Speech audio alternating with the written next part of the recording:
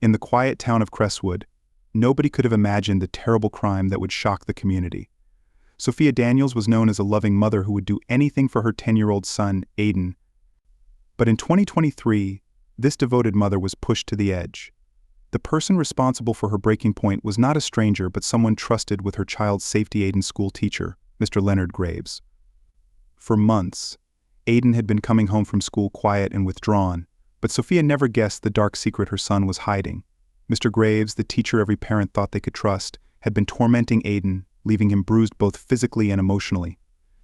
When Sophia finally found out the truth, her heart shattered. How could anyone hurt her innocent child? In a desperate attempt to protect her son, Sophia did something unthinkable. On a stormy night, she confronted Mr. Graves. Fueled by her love for Aiden and the pain of knowing her child had suffered, Sophia's rage took control. What happened next would change her life forever. This story is about more than just one crime. It's about the dangerous lengths a mother will go to when her child is hurt, the hidden abuse that went unnoticed for too long, and the tragic consequences of desperation. Stay with us as we uncover the heartbreaking events that led to this shocking murder. Now, let's dive into the details of that fateful night and the investigation that followed, revealing how a family's world was turned upside down and a small town would never be the same again. Sophia Daniels lived in Crestwood, a quiet town where people knew each other well. She was a 37-year-old mother working hard to raise her 10-year-old son, Aiden. They had a simple life, not without its struggles, but Sophia's world revolved around her son. Aiden was a bright boy, full of energy, and like any other child, he had dreams and fears. Sophia had always been protective of him, making sure he felt safe and loved. But things started to change, slowly at first, and then in ways she couldn't ignore. It all began when Aiden started acting differently. He used to come home from school excited to tell his mother about his day. But now he would come home, drop his bag, and go straight to his room. Sophia noticed that he became quieter, more withdrawn. He wasn't smiling as much, and his eyes often looked tired and sad. When she asked him what was wrong, he would just shrug, saying it was nothing. Sophia thought maybe it was just school pressure or something small that kids go through, but deep down, she couldn't shake the feeling that something was wrong. As the weeks passed, Aiden's behavior grew worse. He started complaining of headaches, stomach pains, and nightmares. Sophia took him to the doctor, but they couldn't find anything physically wrong with him. It wasn't until Aiden started wetting the bed that Sophia realized this wasn't something normal. He hadn't wet the bed in years, and now it was happening several nights a week. Still, Aiden refused to talk about what was bothering him. Sophia was worried, but without answers, she didn't know what to do. Then, one evening, Aiden came home with a bruise on his arm. Sophia was alarmed. When she asked him what happened, he hesitated before mumbling that he fell at school. But the bruise didn't look like it came from a fall. It looked like someone had grabbed him too hard. Sophia's instincts told her something was off. She asked him again, more firmly, but Aiden grew upset, telling her to drop it. That night, Sophia lay awake, her mind racing with questions. Why was her son so afraid to talk? Who could be hurting him? Sophia decided to visit the school the next day to talk to Aiden's teacher, Mr. Leonard Graves. Mr. Graves had been Aiden's teacher for a year. He was well respected in the community, known for being strict but fair. When Sophia arrived at the school, she was met by the usual hustle and bustle of kids running around, parents chatting, and teachers hurrying from one classroom to another. But when she reached Mr. Graves' classroom, there was an eerie quiet. The classroom door was closed, and inside, Mr. Graves sat alone at his desk, going over some papers. Sophia introduced herself, and Mr. Graves welcomed her in with a cold, almost robotic smile. She explained her concerns about Aiden and how he had been acting differently at home. Mr. Graves listened, nodding, but his face remained expressionless. He said that Aiden had been struggling a bit in class, but that nothing seemed out of the ordinary. Sophia pressed him about the bruise, but he shrugged it off, saying boys will be boys, and maybe Aiden just got hurt playing with his friends. But there was something about the way Mr. Graves spoke, something that made Sophia's skin crawl. It wasn't what he said, it was the way he said it. His voice lacked any real emotion, as if he didn't care at all. Sophia left the school that day feeling more unsettled than ever. Her gut told her that something was very wrong, but without proof, there wasn't much she could do. Over the next few weeks, Aiden's behavior continued to worsen. He stopped eating properly, refused to go to school, and was constantly on edge. His nightmares were now almost every night, and he was always checking the locks on the doors and windows. Sophia's heart broke seeing her son so scared, and yet she still didn't know why. One day, after another sleepless night, Sophia was sitting in the living room when Aiden came to her, tears streaming down his face. Finally, he opened up. He told her that Mr. Graves had been hurting him for months. It wasn't just physical pain. Mr. Graves had been tormenting him mentally, saying horrible things to him, making him feel worthless. He would grab Aiden by the arm, yank him out of his chair, and push him into the corner of the classroom when no one was looking. Aiden had been too afraid to say anything because Mr. Graves had threatened him, saying that if he told anyone, no one would believe him. Sophia's world shattered at that moment. The anger and pain she felt for her son were overwhelming. She had trusted the school to keep her child safe, but instead, the very person who was supposed to protect him had been causing him harm. She immediately called the school to report Mr. Graves, but they dismissed her claims, saying that Mr. Graves had an impeccable record and that Aiden might just be making things up. Feeling powerless and furious, Sophia didn't know what to do. She couldn't bear the thought of sending Aiden back to school with that man. She contacted the police, but without physical evidence, they couldn't do much either. It seemed like every door she tried to open was slammed shut in her face. All she wanted was to protect her son, but the system seemed stacked against her. Sophia had never felt so helpless. Then, one rainy evening, everything came to a head. Sophia couldn't take it anymore. The thought of her son living in fear every day drove her to a breaking point. She grabbed her coat and stormed out of the house, heading straight to Mr. Graves' home. In her mind, she wasn't sure what she was going to do, but she knew one thing: this needed to end. The confrontation that followed would change both their lives forever. This was the moment that led to the tragic crime that would shock the town of Crestwood. Sophia stood outside Mr. Graves' house, her mind racing. The rain poured down, soaking her through, but she didn't care. All she could think about was Aiden. Her son, the little boy she had loved and protected since the day he was born, had been suffering in silence for months. The betrayal, the pain, the fear, it had all built up inside her, and now she was at her breaking point. She thought back to the first time Aiden came home with that bruise. The way he had tried to hide it, the fear in his eyes. He was just a child, and he had been left to face something no child should ever have to deal with. The system had failed him. The school didn't believe them. The police couldn't help. Sophia was out of options. She had tried to do everything the right way, but every door she knocked on had been shut in her face. She felt like she was drowning, and the only thing keeping her afloat was the thought of protecting her son. The streets were quiet, with only the sound of rain tapping against the pavement. Mr. Graves' house loomed in front of her, a dark silhouette against the stormy sky. Sophia's heart pounded in her chest as she approached the front door. She hadn't planned this. She hadn't thought about what she was going to do once she got here. But now, standing in the rain, her anger and desperation took control. She knocked on the door. There was no answer. She knocked again, harder this time, her hand trembling as she hit the wood. She could hear footsteps inside, slow and deliberate. The door creaked open, and there stood Mr. Graves, his face as cold and emotionless as ever. He looked down at her, rain dripping from her hair and clothes, but he said nothing. For a moment they just stood there, staring at each other. Sophia's mind was racing. She had so many things she wanted to say, so many questions she wanted to ask, but the words wouldn't come. All she could see was Aiden's tear-streaked face. All she could feel was the crushing weight of her own helplessness. And then, something inside her snapped. She pushed her way past Mr. Graves and into the house. It was dimly lit, the furniture old and worn. The place smelled of stale air and something else she couldn't quite place. Mr. Graves didn't try to stop her. He simply watched as she stormed into his living room, her breath coming in ragged gasps. For a moment there was silence. The tension in the air was thick, almost suffocating. Sophia turned to face him, her hands clenched into fists at her sides. She didn't care anymore. She didn't care about the consequences or what anyone else thought.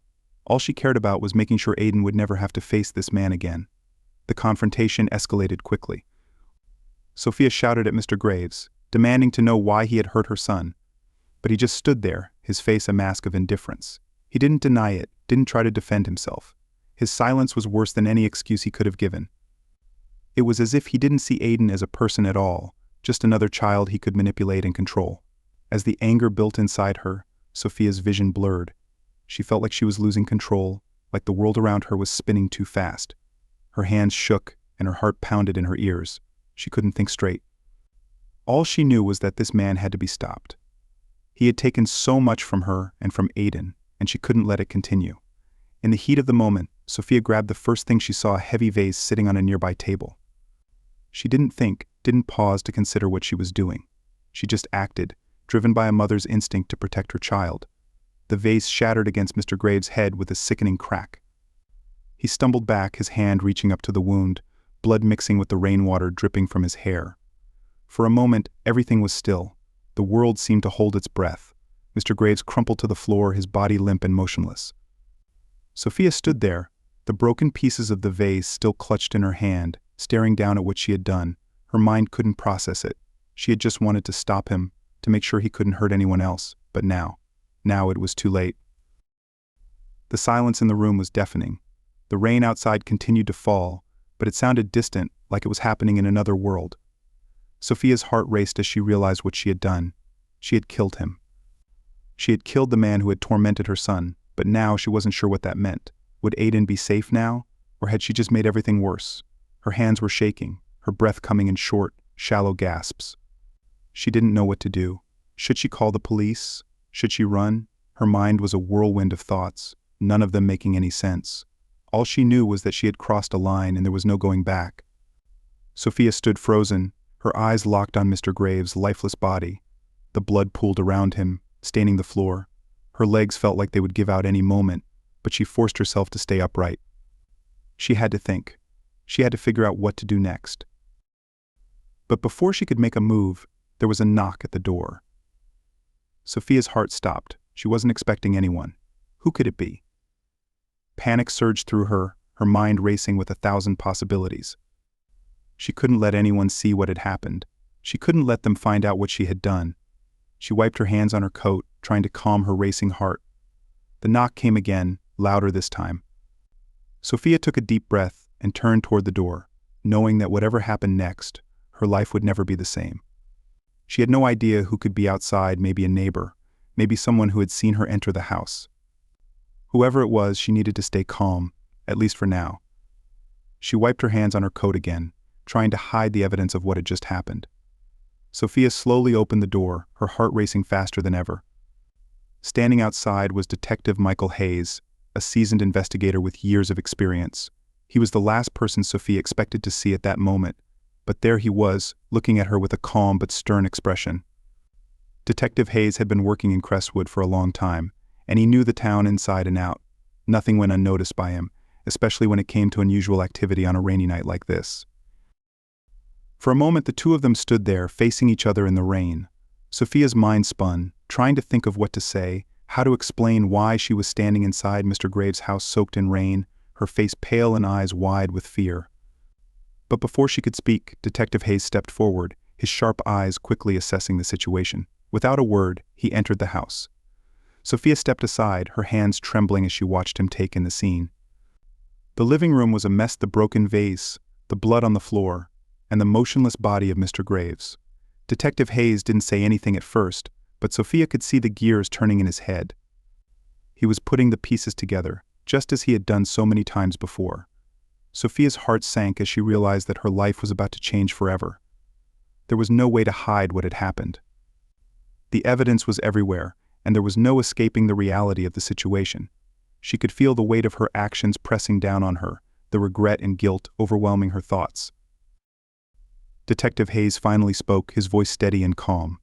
He asked Sophia what had happened, and for a moment she couldn't find the words. Her mind was a jumble of emotions, fear, anger, sorrow, but she knew that she had to explain. She had to tell him why she had come here, what had led her to this moment. She owed him that much. Sophia started from the beginning, recounting the months of torment Aiden had endured at the hands of Mr. Graves. She spoke of the bruises, the nightmares, the fear that had taken over her son's life. She explained how she had tried to go through the proper channels, how she had reported Mr. Graves to the school and even contacted the police, but no one had believed her. She told him how helpless she had felt, watching her son suffer, while the man responsible continued to get away with it. Detective Hayes listened carefully, his expression never changing. He was used to hearing stories like this, stories of people pushed to the brink by desperation. But no matter how tragic the circumstances, a crime had still been committed, and it was his job to uncover the truth. He asked Sophia about the confrontation, about the moment things had escalated. She explained how the rage had taken over, how she had lost control and grabbed the vase in a moment of pure anger and fear. Sophia's voice trembled as she spoke. the weight of her confession heavy on her shoulders. She had killed a man. No matter what he had done, no matter how much pain he had caused, she had taken his life, and there was no undoing that. She looked at Detective Hayes, her eyes pleading for understanding, for some kind of mercy. But she knew deep down that this wasn't something she could fix. What was done was done. Detective Hayes took a step back, his eyes scanning the room once more. He could see the desperation in Sophia's face, the exhaustion in her eyes. This wasn't a premeditated crime, it was the result of months of fear and frustration boiling over. But that didn't change the fact that someone was dead and there were consequences that had to follow. Sophia felt a wave of emotion wash over her as Detective Hayes asked her to sit down. He pulled out his phone and made a call, requesting backup. The sound of his voice was distant to Sophia, like she was hearing it from underwater. Everything felt surreal, like a nightmare she couldn't wake up from. She knew what was coming next, and it terrified her. The minutes dragged on, each one feeling like an eternity. Sophia sat in silence, her hands clenched in her lap, staring at the blood-stained floor. She could hear the rain outside, still falling heavily, mixing with the distant sound of sirens approaching. She wondered what would happen to Aiden. Who would take care of him now? What would he think when he found out what she had done? When the other officers arrived, the house was soon filled with the sounds of radios crackling and people moving around. The reality of the situation was sinking in, and Sophia felt like she was sinking with it. Detective Hayes spoke with his team, explaining the situation in calm, measured tones. They took photos, gathered evidence, and eventually they turned to Sophia. She knew what was coming next. Her hands were shaking as they cuffed her, the cold metal biting into her skin. She didn't resist, she couldn't. The weight of what had happened was too heavy to fight against. She let them lead her out of the house, the rain still pouring down, soaking her once again. As they put her into the back of the police car, Sophia glanced back at the house one last time. She thought of Aiden, of the life they had shared before everything fell apart. And she wondered, for the first time, what the future would hold for both of them now that everything had changed. The car door closed, and the rain continued to fall, drowning out the sounds of the night. Sophia sat in the back of the police car, drenched from the rain, her mind a whirlwind of emotions. The sound of the engine starting jolted her back to reality as the car slowly pulled away from Mr. Graves' house. Everything felt surreal. The world outside continued on, oblivious to the storm that had erupted inside her life. She couldn't believe what had just happened, but there was no escaping the truth now. The murder of Mr. Graves was real, and she was at the center of it. As they drove towards the police station, Sophia stared out the window, her thoughts racing back to Aiden. He had been her entire world, and now she feared what would happen to him. Would people blame him for what had unfolded? Would they understand why she had done it? She had acted out of desperation, pushed to the edge by a system that had failed her child. But explaining that wouldn't change the fact that a man was dead. When they arrived at the station, the reality of her situation began to sink in even deeper. The officers led her inside, the fluorescent lights casting a harsh glow on everything. She felt numb as they took her fingerprints and asked for her belongings. Her mind kept drifting back to that moment in Mr. Graves' living room, the sound of the vase breaking, the way his body had crumpled to the ground. It was all so vivid, playing over and over in her head. They placed her in a holding cell, and she sat on the cold metal bench, staring at the floor. She tried to piece together what had led her here. It all started with Aiden's bruises, his tears, and the fear in his eyes. As a mother, she had tried everything to protect him. She had gone to the school, the authorities, hoping someone would help, but no one had believed her. Everyone had dismissed her concerns as exaggeration, ignoring the warning signs that something was terribly wrong. The months of helplessness had worn her down. Each time Aiden came home from school, she had seen the pain he was carrying. His teacher, Mr. Graves, was supposed to guide him, teach him, protect him. But instead, he had been the source of Aiden's nightmares. Sophia could still see the fear in Aiden's face when he had finally told her the truth. It had broken her heart, and in that moment, something inside her had changed. She had known then that she couldn't let it continue. She couldn't sit by and watch her son suffer any longer. As the hours passed in the cell, Sophia's thoughts became a blur of memories and regret. She wondered if things could have turned out differently. Could she have found another way to protect Aiden without ending up here? She had been driven by a mother's instinct, a primal need to protect her child, but now, in the silence of the cell, the weight of what she had done was crushing her. Detective Michael Hayes arrived at the station not long after Sophia had been brought in. He had been the first on the scene, and now it was his job to gather the facts. He knew Sophia's story, how she had claimed Mr. Graves was abusing her son, and how no one had taken her seriously. But facts were facts, and Mr. Graves was dead. The investigation would need to confirm every detail, and Detective Hayes was determined to find the truth, no matter how complicated the case had become. He sat across from Sophia in the small interrogation room. The air was thick with tension as he started asking her questions. Sophia was exhausted, both mentally and physically, but she answered as best she could. She explained the months of torment Aiden had endured, the way Mr. Graves had made her son's life a living nightmare. She told him about the day she went to confront Mr. Graves, how she hadn't planned to kill him but had been overwhelmed by anger when he showed no remorse. Detective Hayes listened carefully, jotting down notes as Sophia spoke. He had seen cases like this before, people pushed to their breaking point, doing things they never thought they were capable of. But regardless of the motive, the law was clear. A man was dead, and there would be consequences. As the interrogation continued, Sophia's emotions began to spill over.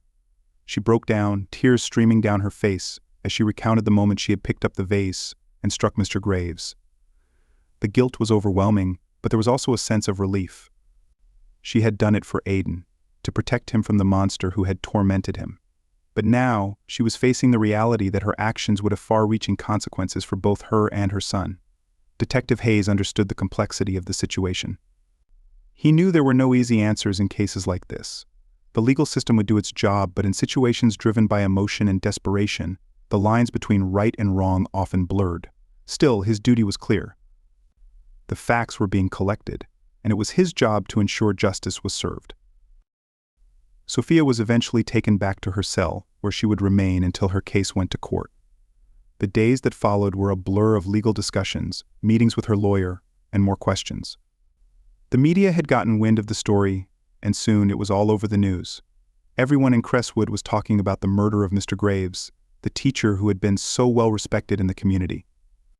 Many were shocked by the crime, struggling to understand how a mother like Sophia could do such a thing. As Sophia waited for the trial to begin, she thought constantly about Aiden. She knew he was staying with her sister, but she worried about how all of this would affect him. He had already been through so much, and now he was facing the reality that his mother was in jail for murder.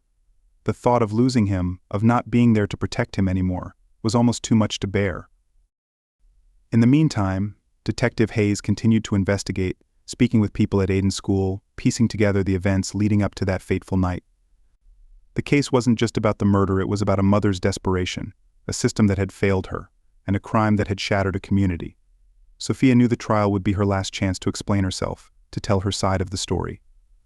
She didn't know what the outcome would be, but she hoped that, somehow, people would understand why she had done what she did. She wasn't a murderer. She was a mother who had been pushed to the edge, trying to protect the most important person in her life. As the days passed, the trial date loomed closer, and Sophia's fate hung in the balance.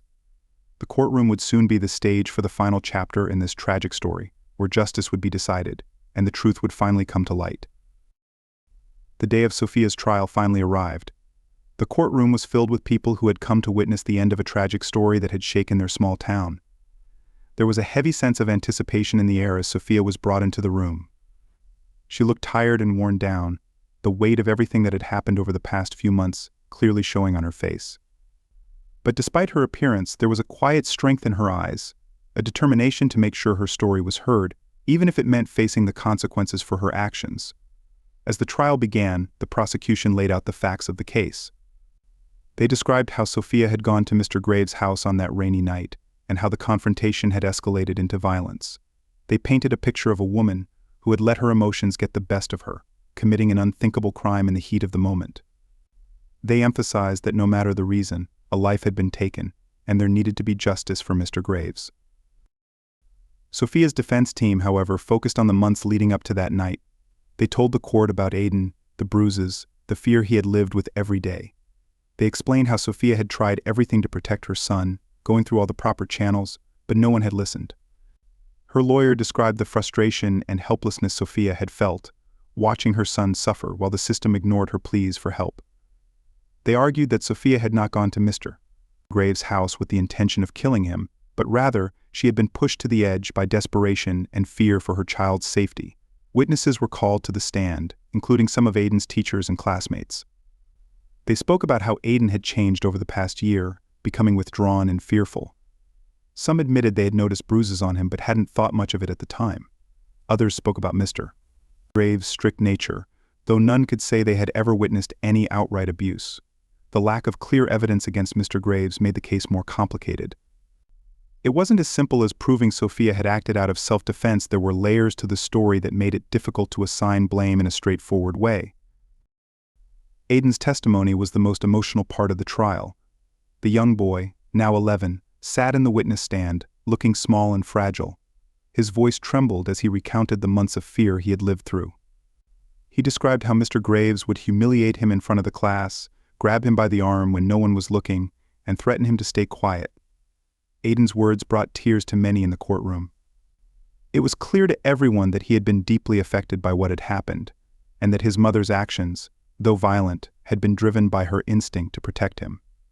As the trial progressed, it became clear that this case wasn't just about the murder of Mr. Graves. It was also about the failures of the system to protect a child from harm, about how a mother had been forced to take matters into her own hands when no one else would listen. But despite the sympathy many felt for Sophia, the fact remained that she had taken a life. When it came time for the closing arguments, both sides made their final pleas to the jury. The prosecution reminded them that murder is a crime, no matter the circumstances, and that Sophia needed to be held accountable for her actions. They argued that while her motives might have been understandable, the law could not excuse the taking of a life. The defense, however, asked the jury to consider what they would have done in Sophia's shoes. They asked them to think about how they would feel if their child had been in danger, and if every attempt to seek help had been ignored. They emphasized that Sophia had acted out of love, not malice, and that she deserved understanding, not punishment. The jury deliberated for several hours, and the courtroom remained tense as everyone waited for the verdict. When they finally returned, the room fell silent. Sophia sat quietly, her hands clenched in her lap, her heart pounding as she waited to hear what her future would hold. The jury found Sophia guilty of manslaughter rather than murder. They recognized that while her actions had resulted in Mr. Graves' death, there had been mitigating circumstances that needed to be taken into account. The court acknowledged the years of abuse Aiden had endured and the failure of the system to protect him. But they also recognized that a life had been taken, and there had to be consequences for that. Sophia was sentenced to 10 years in prison with the possibility of parole after 5 years. The sentence was a reflection of the complex nature of the case. It was neither too lenient nor too harsh.